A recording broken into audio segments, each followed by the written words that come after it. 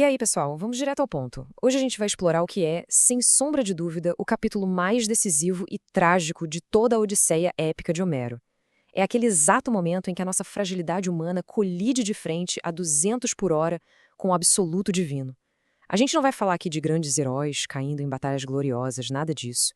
É algo muito mais sombrio e, paradoxalmente, muito mais humano. O cenário é a Ilha do Sol, um lugar onde as forças implacáveis da necessidade simplesmente calam a voz da razão. Para a gente sacar a verdadeira dimensão desse desastre, precisamos primeiro entender o nível absurdo de desespero que tomou conta da tripulação. Pensem no peso dessa frase terrível dita por Euríloco. Ela estabelece na hora o que estava em jogo. O que sela o destino desses homens não é a maldade pura, não é a ambição, nem uma traição calculada. A perdição deles nasce de um sofrimento físico absolutamente insuportável. Sabe aquele limite da resistência biológica que força a quebra do espírito? É exatamente isso. E é o que leva a galera a quebrar uma regra que, em hipótese alguma, poderia ser quebrada. Ponto 1. A regra inquebrável. É genial como a literatura nos prepara passo a passo para o desastre. Na obra de Homero, é super raro que dois personagens diferentes passem a mesmíssima mensagem com tanta insistência.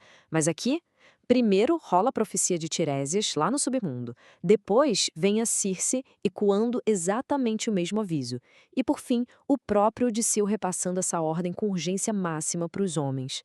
A sacada genial aqui é que a regra é colocada como a única condição inegociável para a sobrevivência deles. Repito, nenhum homem naquele navio podia dar desculpa de que não sabia. A proibição era claríssima.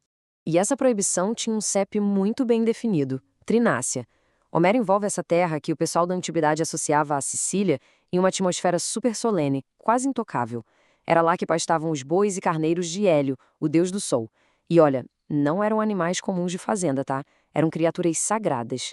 A tradição dizia que eles eram guardados por ninfas, nunca ficavam doentes, a quantidade deles nunca diminuía e, o mais importante de tudo, era estritamente proibido que qualquer humano tocasse neles.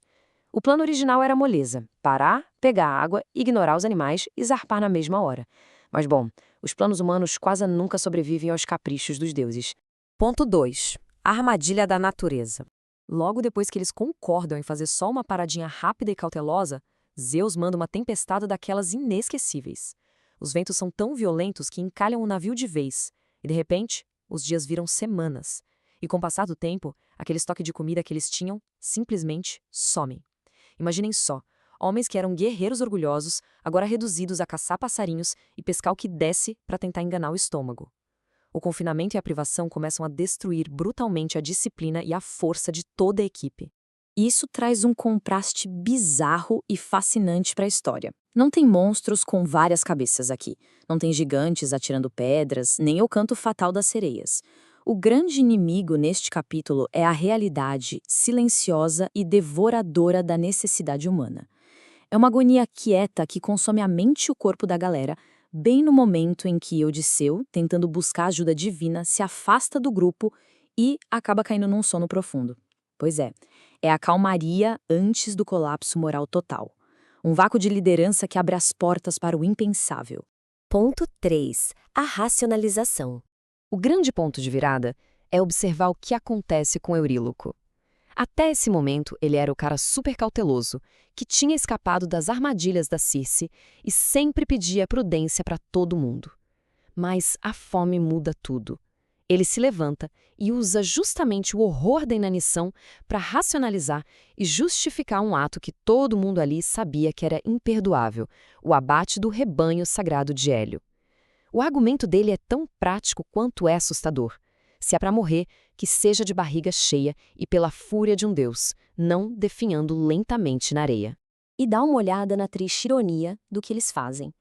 Para tentar disfarçar o sacrilégio, a tripulação improvisa um ritual religioso. Mas vejam a precariedade da situação. Onde a tradição exigia cevada sagrada, eles pegam folhas caídas do chão. Onde o rito pedia vinho abundante, eles jogam água do mar. Não tem um pingo de piedade verdadeira aqui. É só uma desobediência escancarada, uma tentativa patética e desesperada de dar uma roupagem sagrada a um crime contra os céus. No fundo, eles sabiam que estavam mascarando o injustificável, e a resposta da natureza a essa profanação seria instantânea. Ponto 4. O sacrilégio e os presságios. A punição, na verdade, começa antes mesmo da tempestade se formar. É como se a própria natureza repelisse com nojo o que tinha acabado de acontecer. Homero descreve uma cena de terror absoluto, eventos sobrenaturais bizarros. As peles esfoladas dos bois sagrados começam a rastejar sozinhas pelo chão. A carne, que já estava nos espetos assando no fogo, começa a soltar mugidos assustadores. É literalmente o universo inteiro denunciando o crime. Odisseu acorda com o cheiro do churrasco rolando, mas já era tarde demais. O limite foi ultrapassado. E lá no alto, Hélio, o deus do sol que tudo vê, saca que o rebanho dele foi massacrado. A indignação do cara é colossal. Ele vai direto reclamar com Zeus e manda um ultimato absurdo. Ou os culpados são severamente castigados, ou ele simplesmente vai pegar a luz do sol e vai brilhar exclusivamente entre os mortos, lá no submundo. Gente, percebam a escala cósmica do problema. Se Zeus não intervir, o próprio tecido da realidade vai desmoronar e toda a ordem do universo entra em colapso. A resposta implacável a isso chega bem na hora em que os homens achavam que o pior já tinha passado. Ponto 5. Consequência divina. O mais cruel do destino é que os ventos contrários dão uma trégua por um instante, dando a eles uma falsa sensação de alívio. Eles arpam, jurando que, sei lá, os deuses tinham aceitado o falso sacrifício. Mas a ilusão não dura quase nada. Olhem essa sequência. No minuto 1, no mar aberto, o céu escurece com uma fúria repentina. No minuto 2, vendavais destroem todo o equipamento do navio. No minuto 3, um raio gigantesco enviado pelo próprio Zeus acerta um mastro em cheio. E no minuto 4, o navio literalmente explode, varrendo os homens direto para a escuridão do fundo do mar. A profecia de Tiresias se cumpriu de forma aterrorizante e absoluta. Depois dessa tempestade de fúria divina e de todos aqueles guerreiros que partiram de Troia cheios de esperança, sobra apenas um número aterrador: 1. Apenas um sobrevivente: Odisseu. Ele fica lá, agarrado aos destroços em chamas, sendo arrastado de volta para o temível redemoinho de Caríbides, perambulando pelo mar agora total e absolutamente sozinho. A punição foi consumada. Agora a gente precisa olhar para o quadro geral dessa tragédia. Ponto 6. A tragédia da escolha. Quando a gente se afasta da destruição e olha o todo, fica muito claro que esse evento corta a epopeia bem no meio. Até aqui, a história era sobre uma grande aventura coletiva, uma galera enfrentando perigos e monstros mitológicos. Daqui pra frente, a coisa vira uma batalha psicológica super intensa de um homem só.